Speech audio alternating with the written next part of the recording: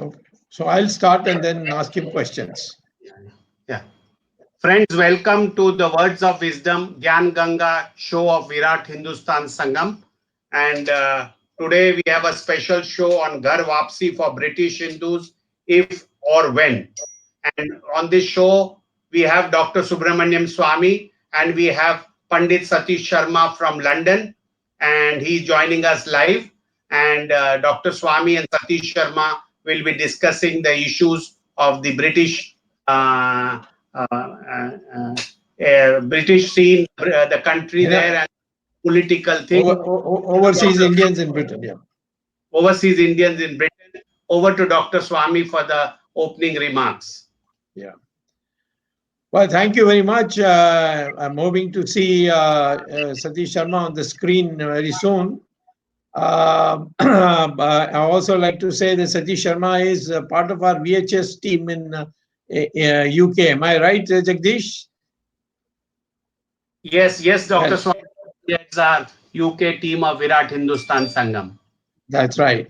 And he is very, very popular. He's highly regarded by the Conservative Party. He has access to all the ministers, their policy making.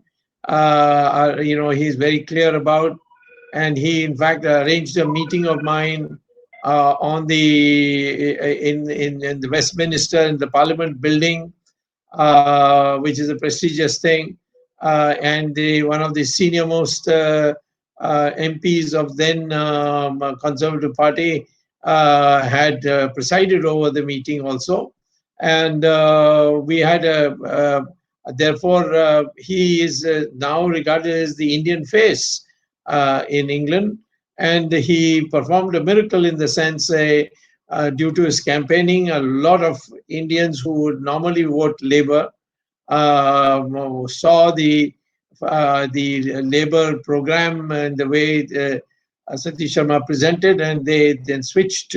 And many people think that that made the difference, and that's why British Labour Party has now switched its stand on Kashmir and now is taking a more pro-Indian stand because of the defeat they got in the election. So today the topic that he and I are going to discuss is the overseas Indians, particularly in England. I mean, since he's lived in England for a long time, and therefore, but on the other hand, it's a general topic that we have about 30 million Hindus all over the world and in several countries, a very large number of countries, even small countries which you would never expect, and far away Trinidad and Guyana and so on. These Indians went in several phases. The British took them as labor, and after that, our people went as clerks, and then soon their second generation bloomed into businessmen, into scholars, and so on. So today, the Indian community is well-to-do, and it has a lot of say in the political process in all these countries. Britain is an issue which Satish Sharma is familiar with, and I think before he comes, I'd like to say something about it because I've been on programs arranged by him several times to Britain. Of course, I'm very familiar with the Indians situations, the Hindus in the United States and Canada, and places like Thailand and Hong Kong. So there is now a very critical point with India becoming a candidate for global power status, not globalization. I'm not talking about globalization. I'm talking about global power status. And in that, we need a lot of people who are able to bring about innovations, innovational changes, and upgrade our technology. The Indians already have now, the Hindu community in particular, has made huge contributions in terms of remittances. And it's a second most profitable route for us. And so all that they got from India in education and went abroad, they have more than made up for it by the repatriation that they've been sending consistently for the last 40 years.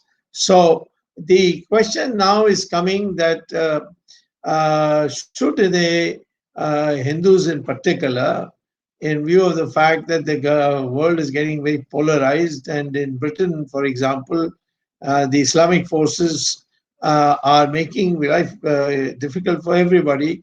Europe now, countries like Poland and Hungary have very frankly said, we will not allow any Muslim immigrant anymore, Islamic immigrant anymore, because they'll not fit into our society.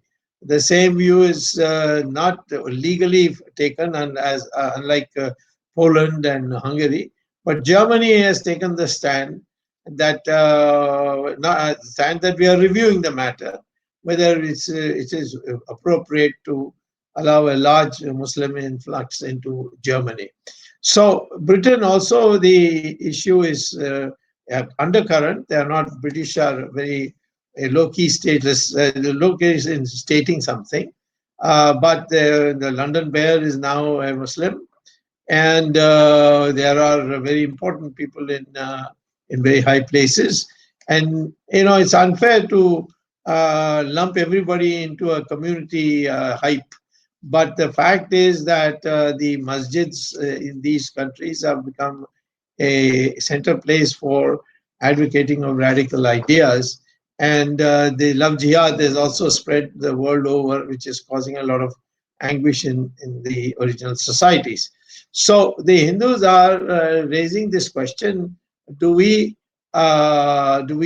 continue to stay here?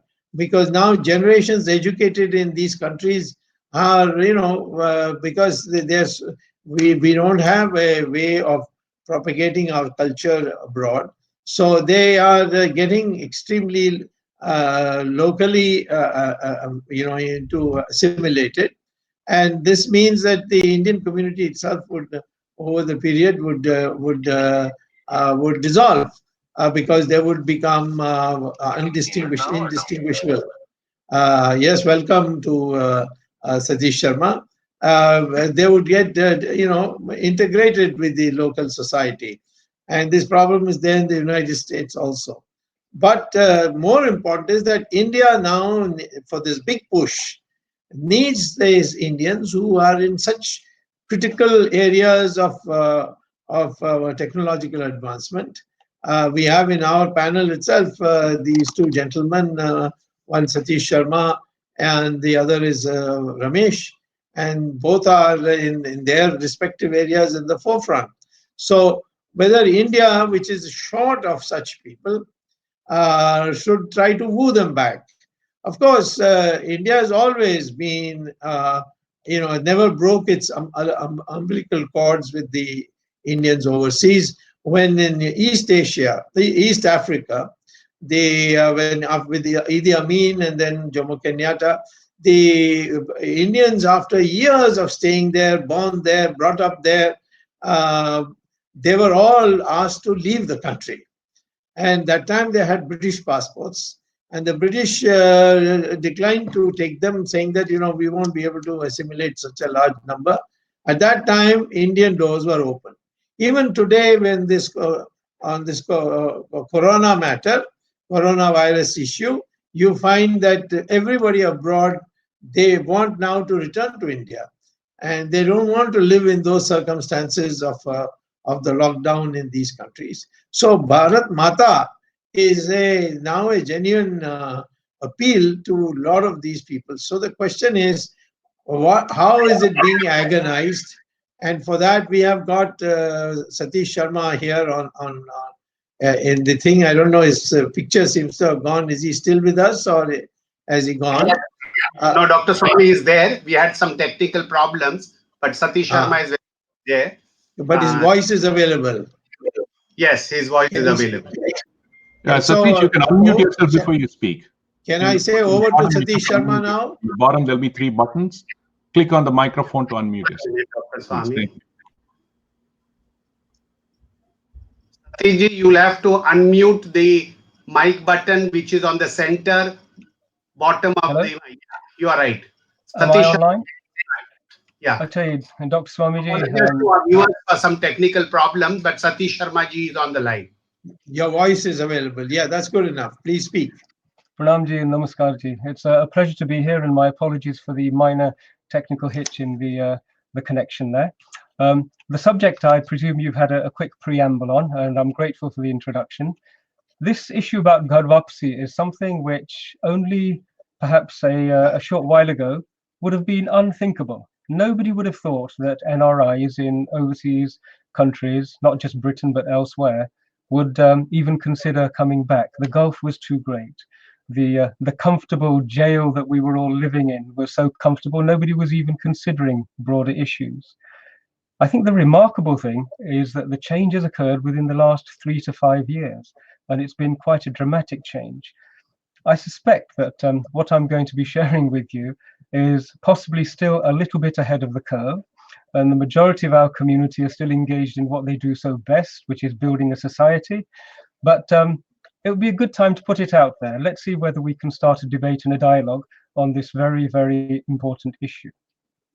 So what I'd like to do is just lay out an argument first, and then perhaps we can have the other participants try and defeat my argument, disconnect all of the bits and pieces, and prove to me that the picture I'm painting is perhaps just in my imagination. It would be wonderful if that could be done. So here are the ideas. I think before I jump in, there are going to be words that I'm going to say, and I'd like to define them to prevent any misunderstanding. The first is whenever I refer to British and Britishness. Will Durant, an American philosopher, he made a remark once. He said that the Englishmen I honor equal to and perhaps above all men, but the British are the worst of all imperialists. So he drew a remarkable distinction at that time, and that was that the indigenous people of these islands, the English, the Scottish, the Welsh, the Irish, they're all wonderful people, but the British identity is the imperial identity. And so when I refer to British and Britishness, etc., it is specifically that imperial identity that I'm referring to. So this, having set the ground rules, there are two other terms I'm going to introduce. One is WAME, W-A-M-E. Now, it's quite commonplace in the West amongst the nations of the European Christians to refer to BAME, B-A-M-E. And what they do, that means black and minority ethnic. So 2/3 of the world's population is bundled together as black and minority ethnic. We want to introduce a slightly different understanding, that is white and majority ethnic. So that when we're engaging in this dialogue with the members of the domestic British community, we're going to refer to them as WAMEs. They have a particular identity as well, which is when they are in power. And so we now refer to them as white and dominant ethnicity. So they are now the WADEs, okay? They're the WAMEs and the WADEs, and we are all lumped together in the BAMEs. I've used these terms once or twice, and for the first time the response was, it's racist to say white, until we mentioned, well, actually black and minority ethnic is exactly the same thing. Perhaps the shoe being on the other foot isn't quite so comfortable. So WADE and WAME are terms I'm going to be using. So here in the UK, we've been here for over 70 years, I think, when the first Indians arrived here, and we've had successive waves. And as a community, we are held up as the poster child of integration, that we have assimilated into the British community like sugar in milk, as the proverbial Parsi example is often used. But the interesting thing is that we have done that without knowing the rules, we have done that without knowing the legislation, but it's because we adhere to a higher worldview. And so we fit in everywhere because we have a slightly different way of looking at things, slightly different to the West.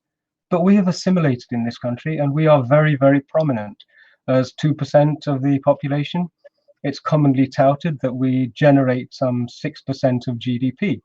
And so if everybody were to follow our principles, the British economy would perhaps increase by, what, 300%? It would be a dramatic leap.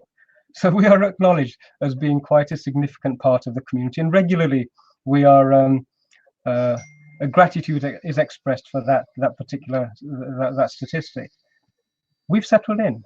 Up until probably 2013 was the first time that something happened which caused us to reflect. And at that time, as you remember, Dr. Swamy, you came all the way to London very kindly to support us in a challenge to the caste legislation. Now that date will go down in history because that was the first time I think many of us felt that we were not British. To be British means that you are protected by all the legislation, you're protected by the systems, the human rights, you are treated with equality. But that legislation, which came from the establishment and was approved by all members of the establishment without any evidence, suddenly reminded us, hang on a moment, perhaps our vision of who we are and where we are is different to the reality. And some of us who noticed this, we started to do more research, we started to explore the reality of these relationships. Now, in this period of lockdown, I've had one or two interesting revelations. One is we have a common phrase where we say, Jaisi drishti, vaisi srishti. That as your vision, so you see the world. Now, if your vision is a dharmic Hindu vision, then you see the world with that lens. And so often you do not have the lens with the focal point to recognize those who see you in an unpleasant manner. And this is a fundamental problem I've discovered for our community. We have made an art, a skill of not noticing the reality when it conflicts with our view how the world should be. The other phrase that I've been mulling and toying with is from the Rig Veda, where we have the wonderful mantra Asatoma Sat Gamaya Tamasoma Jyotirgamaya. And that means that we have to learn to see the reality. May we move from the delusion to seeing what's real. And so the British Indian Hindu community is on this journey now of going from this understanding of what is real towards what is real, from the illusion of being the British Hindu. Now, this journey, some of us are exchanging ideas and fertilizing each other's understandings, and that's now beginning to bear some quite interesting fruit. And here are some of the things that I'd like to share. Bearing in mind that our dear friend Will Durant separated the English from the British, we've discovered that in this country there is the population, which is the English, Irish, Welsh, and Scots. And I grew up amongst the English, and I totally agree that what Will Durant had said about them being incredibly honorable, solid people, that's absolutely true. And it occurred to me that I hadn't encountered a British person until I actually came down to London. I grew up in the Midlands. I'm still called a Pendu by many of my London friends. But it wasn't until I came to London that I started to encounter the British. And this encounter with the British has now crystallized and I can see them quite clearly. So let me share with you who the British are and the problem that we are now beginning to see manifest. So the British are very much the establishment, and that has a number of faces. So if I can share with you the idea that the government is actually British, but even more than the government, because governments come and go, even more than the government, the civil service is deeply institutionally British, and it still has the momentum which was created by the seeds of colonialism. Those seeds we found are within the judiciary, and you may have heard this news. I think we shared it a while ago with the VHS team. We've also had very recently the Church of England, led by Archbishop Justin Welby, made a public statement in which Archbishop Welby announced that the Church of England is deeply institutionally racist. Now, that is an incredible statement to have made, and I really feel sympathy for the despair that he must feel, that this is the institution which has been guiding the morality. It's been the dictator of the moral compass of the nation for so many years, ever since Henry VIII wanted to remarry, and yet they have, in all of that time, not been able to transcend this white supremacist identity. Very much a British identity. One interesting aside there is the use of the word racist. From a dharmic point of view, the concept of multiple races doesn't have a basis in reality, because we say there is the human race. And, Vasudeva Kutumbakam is the notion that all of us share one racial identity. But what we do recognize is sometimes that what they refer to as races should simply be translated into white supremacist, brown supremacist, green, yellow, pink, whatever supremacist. And so the Church's statement is actually saying that as the Church of England, we are deeply institutionally white supremacist. Now, if you think about this institution, it permeates every single corridor of power. It's present in the judiciary. It's influencing the House of Lords. In the House of Lords, there are 23 bishops, seats reserved for members of this institution, the head of which has declared they are unable to move beyond their racism. So the Church, which is the religious guide, is in fact also a part of this British identity. And I'd go as far as to say that the Church is actually the custodian of this British identity. It's been translating, transporting, exporting this identity throughout the globe. And it is clearly a British colonialist identity. If we go beyond that, we've had numerous encounters with the BBC over the years. Many times have many members of the British Hindu community, the British Indian community, objected to the manner in which the BBC portrays India, portrays Hindus continuously, and portrays members of any government which is a Hindu-centric government in such a negative light. It is blatant, and yet they shrug it off. So the BBC, we've now got engagement going, and they too have been proven to be British in the original sense of the word. It's difficult to refute the allegation that the British Broadcasting Corporation was created to spread the British identity to every corner of the globe and to establish this hierarchy. That was its purpose. Some people are now also saying that actually one of the purposes of the BBC was to cover up the fact that most of the world where the British Empire ruled is pretty much a human rights crime scene. And the BBC's job was to make sure that that crime scene was covered up to the best of its ability. And it's been doing that very well. So all of those, the judiciary, the media through the BBC, the civil service, and indeed the religious guides in this country, they are all very much anti-Hindu, anti-India by nature. They are the colonial British identity. So this is becoming apparent to more and more people. And as a community, living in silos, we've actually done very well. We have worked internally, we have worked in an introverted fashion, but as we've expanded, as we've become established, we've now come to the point where impinging upon all of these institutions and their identity. And the British identity and the Hindu identity are diametrically opposite identities. I laughingly use the handle the British Hindu and as my Twitter handle, and often I mull over the notion that the Gita starts with Dharmakshetra, Kurukshetra, and we have the Hindus who are protecting Dharmakshetra, and we have the British who are a great representation of the Kurukshetra, and yet combined, I have a Mahabharata waging within my own mind. But that's been an incredible source of revelations. So these four are now becoming problematical for us. And from one point of view, they need to change and update and upgrade themselves to have connections with a future, a world which is post-colonial and post-theocratic. But they're established to work to prevent anybody discovering that their identity, the British identity, is actually it's an ahankar-based identity as opposed to a sanskar-based identity. It's an identity which has been created to, one, dominate, and then to conceal what was done in order to dominate. Will they be able to make this shift, to leave their inglorious past and to transform and mature and crack out of this British identity to embrace a more humble but a more real engagement with the outer world, is the question that needs to be asked. And I think there are few in the British establishment who have realized that this is the reality that they faced.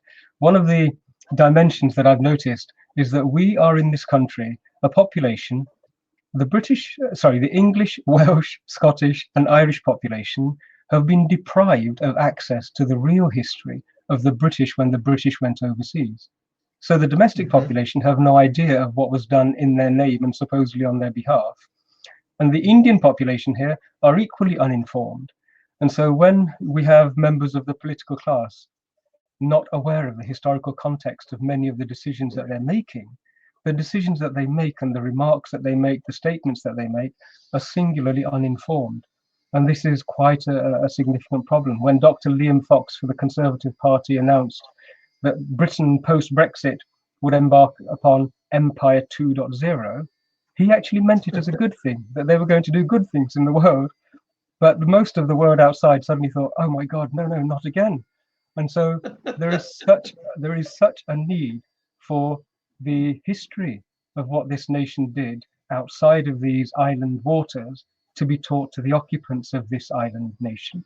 And there is a huge need for those who were on the receiving end to start to articulate their experience of engaging with the British. And this is not going to be a comfortable exchange. I don't think it's possible for Britain to step forward into the 21st century without it actually addressing and coming to terms with its history, and where it's necessary, acknowledging that reparations, whether they're moral or whether they are financial or whether they are commercial or whether they are legal, reparations must really be acknowledged and accommodated. And we've started this dialogue with them. Please, G. Yeah. Well, if you're finished, that is. I mean, well, I've got one or two. I've only got one or two extra dimensions. Please go ahead. Please go ahead. Please go ahead. Thank you. One of those is that this British establishment that I refer to, they are the people who created Pakistan. So we have a colonial power which was determined to ensure that India remained subdued and never stood up enough to be able to articulate the horrors of what had been perpetrated upon them, giving birth to Pakistan. And the similarity between father and son is something that is unavoidable. Now, when you think about it, British, I'm going to use the BBC's vocabulary here now. So I live in a country, the United Kingdom, where we have British occupied Ireland, we have British occupied Wales, and we have British occupied Scotland. And they gave birth to Pakistan, which is in fact Pakistan occupied Gilgit, Pakistan occupied Balochistan, and Pakistan occupied Kashmir. There is a remarkable father-son relationship there. And since both of them were created on a negative, it's impossible for a negative ideology to sustain itself over a long period of time. And as we see the Pakistani identity now beginning to fragment, I've heard some delightful statements coming out of Balochistan and Gilgit now, and the weather reports were a pleasure to hear, the Doordarshan weather reports. And similarly here in the UK, we have the devolved nations, as they're called, especially Scotland, leading the charge to say, we've had enough of this Britishness, we want to go back to being Scottish. So there is a parallel decolonizing going on, both sides of the world. Now, what this does mean, though, is that because Britain gave rise to Pakistan and created Pakistan, then Britain's loyalty has always actually been to Pakistan. It's always played a double-handed sort of a game. It's spoken nicely and lovingly to India whilst depleting resources and denying natural organic evolution. But Pakistan has a terrible profile, and yet Britain's relationship with Pakistan has always been very, very amicable. We know that we've had a loss of 24% of minorities down to less than 1%, and the atrocities that are perpetrated in Balochistan and the Gilgit area, and Sindh as well. Very recently, I've been getting terrible reports out of Sindh. These are all horrific, and they are much, much worse than, for example, Mugabe's regime in Zambia. But the British vilified Mugabe to the ends of the earth, and yet the royal heir to the throne, Prince William and his consort, the future queen, they visited Pakistan only a short while ago. And that's a seal of approval. So this British-Pakistani relationship is actually going to become, I think, harder and harder to maintain. The British are going to need to face the fact, do we choose Pakistan? Do we choose India? because the Indians are realizing that you cannot have a symbiotic relationship with a parasite. It doesn't work. No matter how you pretend that the parasite is a symbiote, it isn't, and its nature cannot change. And so this is something that we have to recognize. But the tensions that this British, Pakistan, India triangle have been experiencing over the last 40, 50, 60 years, those tensions are now being played out on the streets of London. And we only yesterday, we had a remarkable development, and that was, for example, 100 mosques, which are all charitable institutions and denied the right and the opportunity to engage in political interference. 100 mosques have written to the new chair and leader of the Labour Party, saying that unless you support the Pakistani position, we on bloc are going to move our vote bank away from you. Now, this is an incredible development. One, I've spoken to many Labour friends and who are not of an Indian origin. They're British Labour socialist people who want a socialist Britain with everything that entails. And they're actually horrified that such a bloc would say that our relationship with a nation 6,000 miles away is more important than the security of children, the welfare of people in this country, the economics, the law and order situation, everything else that the Labour Party stands for. None of it is important as compared to this one priority. And that is such a stark development. Personally, I think they have alienated themselves from the vast majority of the British Labour voting public. And this is another step away. The first step we saw when the Pakistani community, supported by Labour parliamentarians, were actually burning an effigy of Modi on the streets of London. And again, the British community thought, this is not some third world. What has happened here? This doesn't happen on the streets of London. So this process is now an ongoing process. And I think what we're going to see is the choice, a very uncomfortable choice that the Labour Socialist Party is going to have to make. And yet the beginnings are there. We are hearing rumbles that outreach is beginning to happen. And I don't think it's possible for a Britain post-Brexit to thrive without a strong relationship with other democratic countries, and countries like India with the benefit of 17,000 years plus of continuous civilization. We have an enormous amount to offer. And one thing that's happening now, I think in the past we thought our need to offer this in the UK was optional. But what's happened now is more and more Hindus in the British Hindu community are recognizing that our need to contribute this is no longer optional. We have a responsibility and a duty to step up and contribute towards the needs of this country here as well. So that's also happening. Now, if those factors don't come together in a positive manner, then the British community will see an increase in the tensions on all of those boundaries with the institutions, but also with members of other minority communities. And we saw the first signs of this in the run-up to the election, where we had open declarations in the Labour Party conferences which were anti-Hindu, and yet the Labour Party wouldn't even engage with us.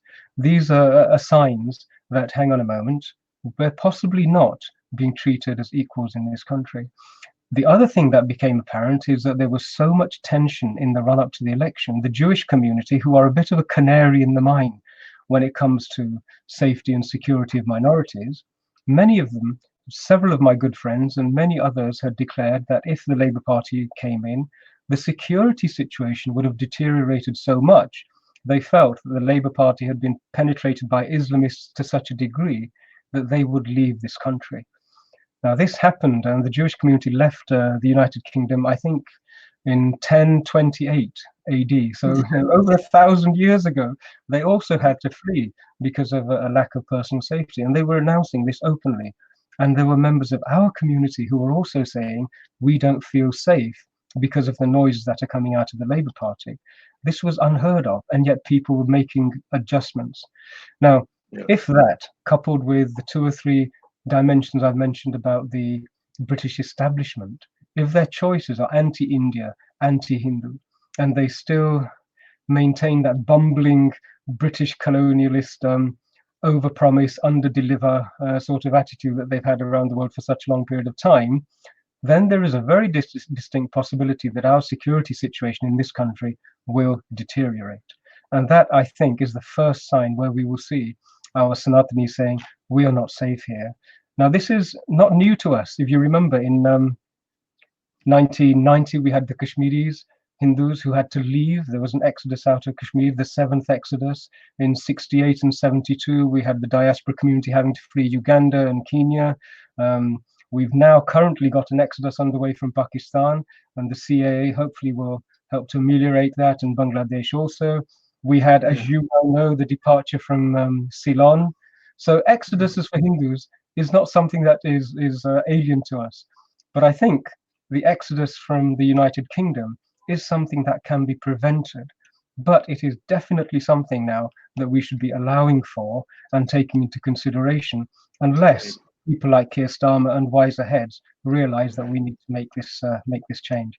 So this is my proposition, that the pieces of the jigsaw can fall in two different ways. One, we will continue to be prosperous and contribute here, or secondly, in a very, very short space of time, because normally these things happen so quickly, what used to be the unthinkable, and for most people is now the unspeakable, will suddenly have happened, and people will be sitting back thinking that's unbelievable, in the same way that it's happened in so many exoduses. So I would like to present this as a talking point, and hopefully people can add to it and contribute their own ideas, and perhaps do their own research and join into the debate. So, Dr. Swamy, thank you. Let me ask you some questions. Gee, please. This 100 mosques decided, I'll ask the questions and then you can answer after you hear all my questions. Okay. This 100 mosques resolution was an outcome of the fact that a Labour Party new leadership following their defeat in the last elections became moderate on the question of Kashmir and so on, and began speaking of Kashmir in more conciliatory terms as far as India was concerned. And appalled by those statements, this statement was made. But I feel that the Muslims also who are taking this kind of line have very little option, because the Conservative Party has no place for them. And if the Labour also abandons them, in fact, it is they who would probably have to think in terms of migration. Second is that there have been, at least in terms of appearances, a great deal of increase in Indians playing a role in the power structure of Britain. They have become ministers. I believe your Home Minister is an Indian, and your Chancellor of Exchequer is an Indian. And there are Indians in many, many key places. Large number of Indians have become members of Parliament, large numbers in proportion to their size. So do you think that if your understanding and the relations with the British as opposed to the English, they also perceive the threat that the Islamic militancy might impose on Britain, come together, that India could be a partner in the power structure of Britain? Or do you think that it is all sliding towards the situation that happened in East Africa? Wonderful questions, and as I shouldn't be surprised, you hit the nail on the head with both. Okay, so in response to your first question, the appearance of a new leader for the Labour Party is definitely, it's trumpeted a seismic shift. If we have a look at the comments that were made at the Labour conference, and then you listen to Sir Keir Starmer's statements that the issue of Kashmir is actually an issue to be decided by India and Pakistan. Now, in the past, Labour has said, no, we must internationalize this, and we must also get our oar in there, and we're going to do this, and we're going to do that. And so Yeah. that statement, which says that we're actually effectively publicly going to withdraw from this issue because it's not one in which we have a locus standi or a positive contribution to make, that is a big shift. Now, that shift has been detected and noted, and we have in the United Kingdom an umbrella organization called the MCB, the Muslim Council of Britain. Now, I would say on record that there is a huge number of our friends in the Muslim community who do not accept that they are a representative voice. Having said that, they're the organization who coordinated this 100 mosques letter, which then went off. But as I mentioned, I think that they have shot themselves in the foot. Here is a difference. It makes a difference apparent between the manner in which the Indian Hindu community integrates and works here, and in which the Pakistani and the Muslim community integrates and works here. You know, we have these notions. Somebody introduced the idea of a toxic minority. It was, I think, an Arab philosopher, and he identified that just by virtue of being a minority doesn't necessarily mean that you are a representative of divinity, and that most of history's problems have been caused by toxic minorities. The Nazis, when they started, were a toxic minority that nobody took seriously. And from the point of view of the indigenous Indians, the British, when they arrived on the island, they were certainly a toxic minority in terms of their impact upon India and indeed on the other colonial states. So this change it's drawing clear water between the way in which other minorities integrate and work here. We work as British citizens, and the British community here for a long time, and sometimes to the dissatisfaction of the Indian position, our position was it's for India and Pakistan to sort out. The British have no official position, nothing to contribute. That's totally different to the manner in which the Pakistani community in the United Kingdom have worked. So yes. Let me interrupt you in this. Just one. You please add one more remark on my question. Ji. Would this not mean that both the Labour and the Conservatives will now compete for Hindu-Indian vote? Because the change in the British Labour Party has taken place because they have recognized that people like you organized the vote for the Conservative Party, and the Conservative Party's victory in many marginal seats was due to the Indian community, and particularly the Hindu community. So don't you think now you might be in a privileged position where both parties will now start trying to woo you? For those who have political engagement and aspirations, I suspect calculations have been done on both sides. The Labour Party and indeed the Conservatives may well have come to this conclusion. But I have to say that the loyalty that the majority of us who work in this space have is to policies and is to the ideologies as opposed to party loyalty. And we try to engage with all parties on the issues that pose an existential threat to us in this country. It had become a security issue for us. The Labour Party, ideologically, was totally against us. And I think that having had an opportunity to reflect upon that ideological, dogmatic position, they've realized that wasn't the wise decision to make. So we've certainly had a move forward there. But I have to also say that the Conservative Party is still also very significantly influenced by those who I called British, as opposed to those who I called English. Now, one thing about Boris Johnson, which we have noticed, and it's actually quite refreshing.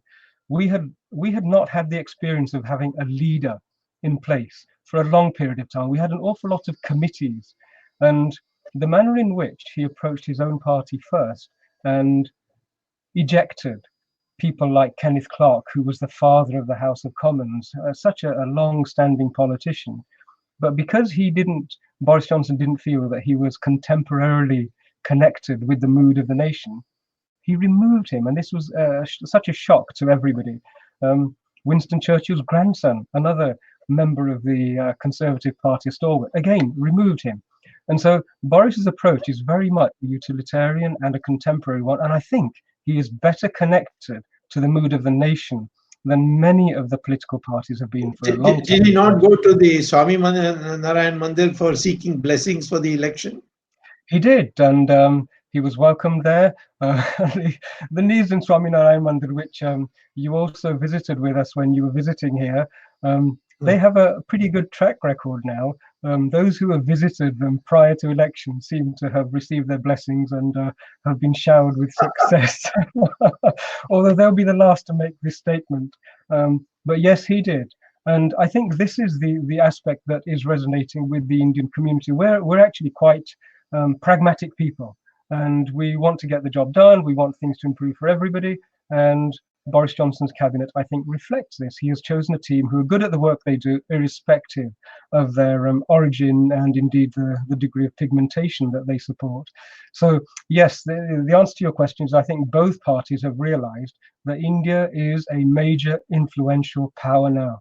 And as an economic power, it would be a completely foolish choice to say, no, we are going to dogmatically align ourselves with Pakistan, who we created just to be able to play our great game in South Asia, but it doesn't serve us anymore, at the expense of such an incredible opportunity. And the English people desperately want to have commercial, cultural, and spiritual relationships with India, as do the Irish, as do the Scottish, as do the Welsh. It's the British who have this stumbling block mentality yet, and we're doing our best to move them beyond that. So you're absolutely right. The political parties will be, I'm confident, aware of the manner in which the Hindu community came out. Not only did we engage, we actively set about to deconstruct the Labour Party if they pursued such an aggressive manner, campaigns against us. The Jewish community very successfully brought actions about anti-Semitism. And that was a hugely damaging issue for them. We have the same grounds to be able to say that the Labour Party is Hindu-odic. Hindu odium is a term that I'd like to see much more commonly bandied about, an irrational hatred of Hindus, and that is a part of the old Labour. So yes, these are all seismic shifts. The other comment that you made was with regard to Islamic militancy and the differences between the two. There is a notion, there is an increasing sense now that there is a group in this country whose interests are actually not aligned to the interests of the people of this island. That they are here with an agenda, a manifesto, which places a priority, the welfare of people outside of these islands, over and above the welfare of people within these islands. And that's something that I think the political powers will have to really come to terms with. They will have to remember that they are elected and paid for by the taxpayers of this country to, as a priority, look after the welfare of the natives of this country. And they're not there to grandstand and deem themselves to be members of some extraordinary race who are going to interfere in the affairs of all sorts of nations. So there's a bit of an education process going on there. And I think that's also becoming very, very clear. Okay, Jagdish.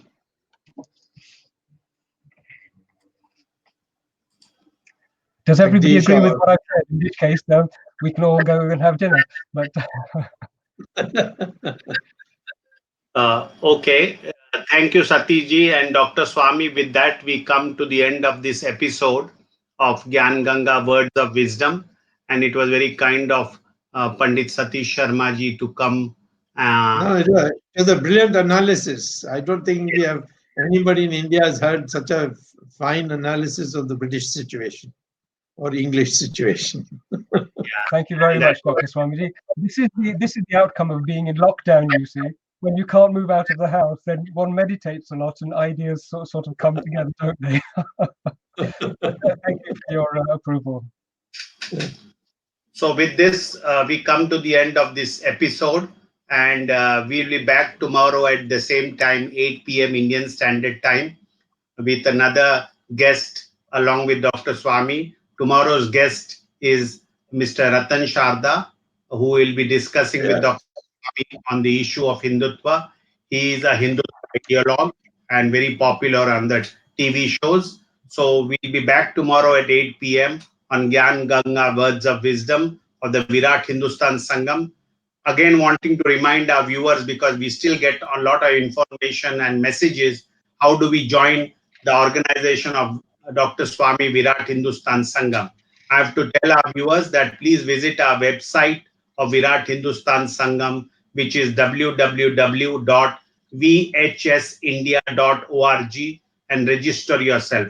www.vhsindia.org, and register yourself as members. We thank you for your cooperation, support, for the increasing viewership.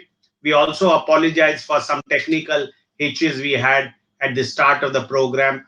Perhaps our guest, Pandit Satish Sharma, wanted to do a presentation also, but there were a little bit hitches. So we apologize for the technical thing, because in these days of lockdown, certain things are beyond our control. So thank you, Dr. Swamy, Satish Sharma. Satish, everybody wants to know if you're on Twitter. You have to Everybody? unmute yourself. Please unmute yourself.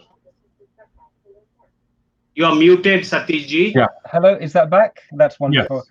Yes, indeed. I have moved into the Twitter space, and I can be contacted at the British Hindu, or indeed at Dharma Rising, a phrase which was coined when Dr. Swamiji first visited us in England in 2013. So what Satish said was his Twitter handle is the British Hindu, at the British Hindu, or at Dharma Rising, as you can see on our screens, at the British Hindu and at Dharma Rising. Thank you everybody. Dhanyawad and Jai Hind.